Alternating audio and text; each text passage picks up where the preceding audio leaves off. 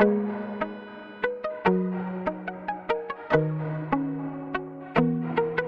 दोस्तों, आपका हमारे इस YouTube चैनल में स्वागत है। आज हम करेंगे RBSc मैथ 12th का क्लास का 13वां चैप्टर, जो कि सदिश वेक्टर जिसका नाम है। तो इसमें सदिश क्या चीज़ होती हैं? सदिश वे राशियाँ होती हैं जिसमें परिमाण व दिशा दोनों होते हैं। तो वो राशियाँ क्या कहलाती हैं? सदिश राशियाँ। और सदिशों का मापांक क्या होता है? सदिशों का मापांक वह वास्तविक धनात्मक राशि होती है, वे सारी की सारी वास्तविक धनात्मक राशि जो कि उस सदिश के परिमाण को व्यक्त करती है, ये क्या कहलाती है? सदिशों का मापांक। अब देखते हैं सदिशों के प्रकार। सदिशों का पहला प्रकार होता है मापांक या इकाई सदिश। मापांक या इकाई सदिश।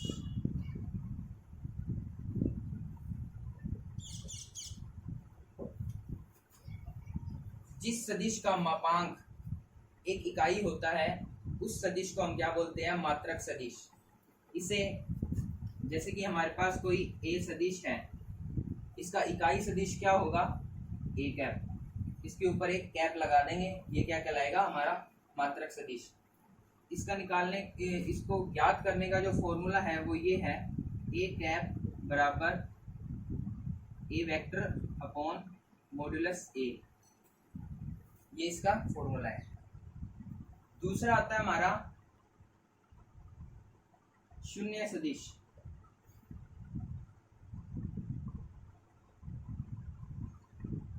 शून्य सदिश वे सदिश होते हैं जिनका मापांक क्या होता है? 0। इन्हें बोलते हैं शून्य सदिश। और तीसरा प्रकार इसका ये है समदिश सदिश।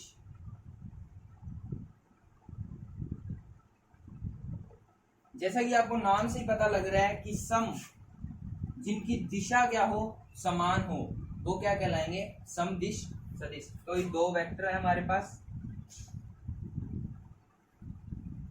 ए वेक्टर और बी वेक्टर। इनकी दिशा क्या है? समान है। ये क्या कहलाएंगे? समदिश सदिश। चौथा इसका प्रकार आता है समान या तुल्य सदिश।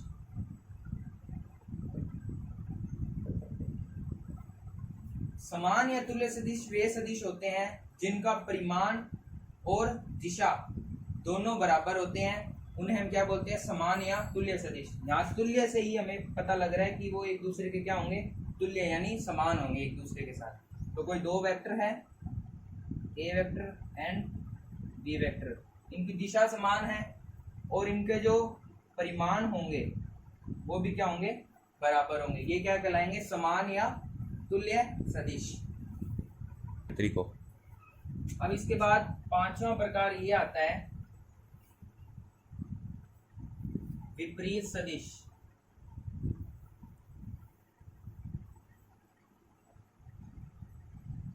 ये भी देखो नाम से ही हमें पता लग रहा है विपरीत, मतलब एक दूसरे के ये क्या होंगे? उल्टे। जिनकी दिशा क्या होगी? विपरीत होगी, उन्हें हम क्या बोलेंगे? विपरीत सदिश। जैसे कोई ए वेक्टर ये है और बी वेक्टर ये है, इन दोनों की दिशा क्या है? एक दूसरे के विपरीत है, तो ये क्या कहलाएंगे? विपरीत सदिश। और इसमें छठा पॉइंट ये आता है जो बिल्कुल इसके जैसा है, परंतु इसमें थोड़ा सा डिफरेंस ये है, ये आता है ऋण सदिश।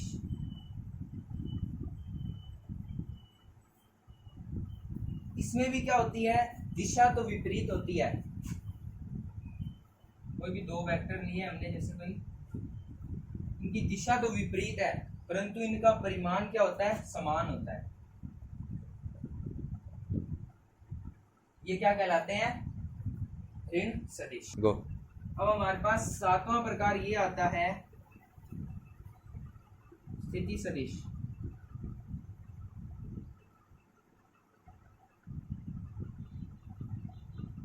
स्थिति सदिश क्या होते हैं? नाम से पता लग रहा है कोई किसी की स्थिति को बताएगा, वो सदिश स्थिति सदिश कहलाएगा। तो कोई पॉइंट कोई मूल बिंदु है O, उससे किसी पॉइंट P की जो दूरी है, P की दूरी या फिर P की स्थिति को हम किससे रिप्रेजेंट करेंगे? OP vector. ये क्या कहलाएगा? इसका स्थिति सदिश। और हमने प्रकार तो कर लिए सदिश के, अब ये देखते हैं कि सदिशों का योग कैसे करेंगे। कोई दो सदिश हमें दिए हो, जैसे हमारे को ए वेक्टर दिया हुआ है x i cap Y j cap plus z k cap, x1 ले लीजिए इसे, और बी वेक्टर दिया हुआ है x2 आई कैप y2 जे कैप और z2 के कैप। अब इन दोनों का योग करना है, तो इन दोनों का योग कैसे करेंगे?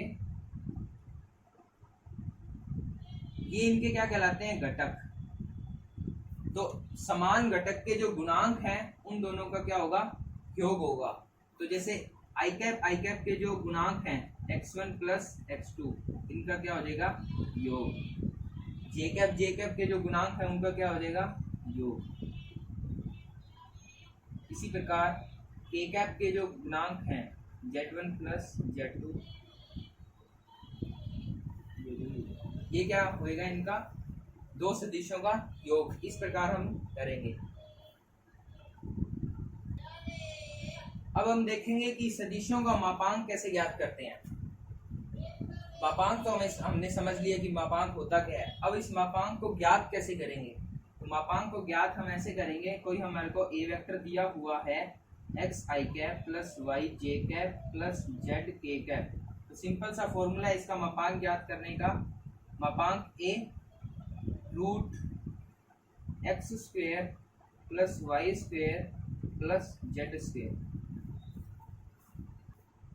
दोस्तों, अब हमें देखना है कि कुछ सदिश योग के गुणधर्म होते हैं, वो क्या है। इसमें सबसे पहला पॉइंट आता है क्रम विनिमयता।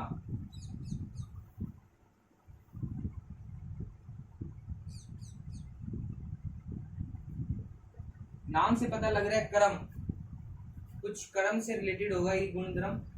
तो हमारे पास कोई दो वेक्टर हैं, ए वेक्टर प्लस बी वेक्टर। ये क्या कहलाता? ये अगर इनका हम क्रम भी चेंज कर दें, जैसे कि ए वेक्टर प्लस बी वेक्टर है, उसे हम बी वेक्टर प्लस ए वेक्टर करें, तो भी ये इनकी जो वैल्यू आएगी वो क्या होगी? इक्वल, समान होगी। ये इसका फर्स्ट गुणधर्म है योग का। तो दूसरा गुणधर्म आता है साहचर्यता।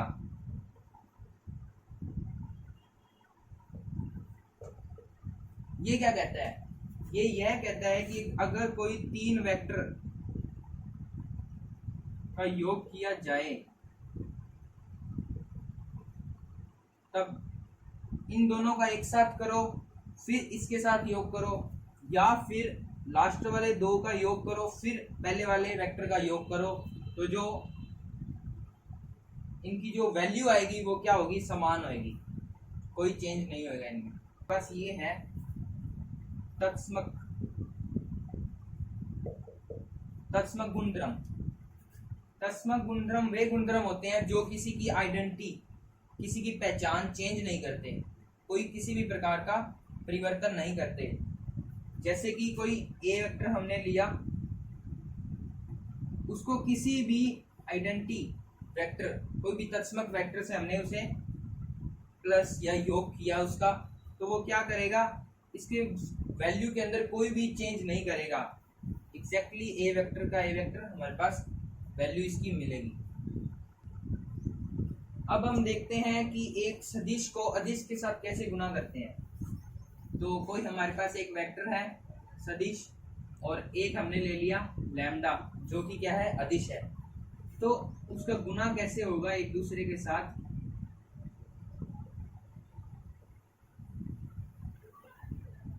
डॉट प्रोडक्ट, बीच में आएगा डॉट प्रोडक्ट, क्योंकि दोनों अगर वेक्टर वेक्टर होते हैं तो क्रॉस प्रोडक्ट आता। अब ये क्या है?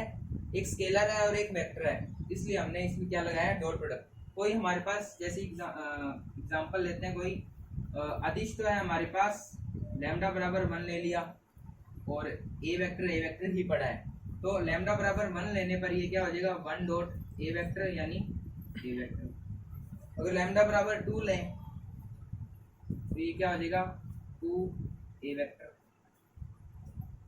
इसी प्रकार ये गुना होते जाएंगे इनके सदिश और अदिश।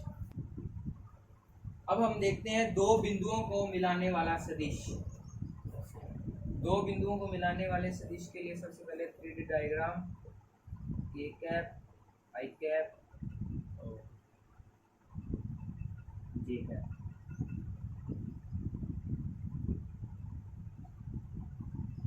इधर हमारे पास कोई दो बिंदु हैं P1 और P2। इन दोनों को मिलाने वाली रेखा को हम किससे रिप्रेजेंट कर सकते हैं P1 P2 वेक्टर। इसे निकालने का एक फॉर्मूला होता है x2 माइनस x1 की square plus y2 minus y1 square plus z2 minus z1 की स्क्वायर।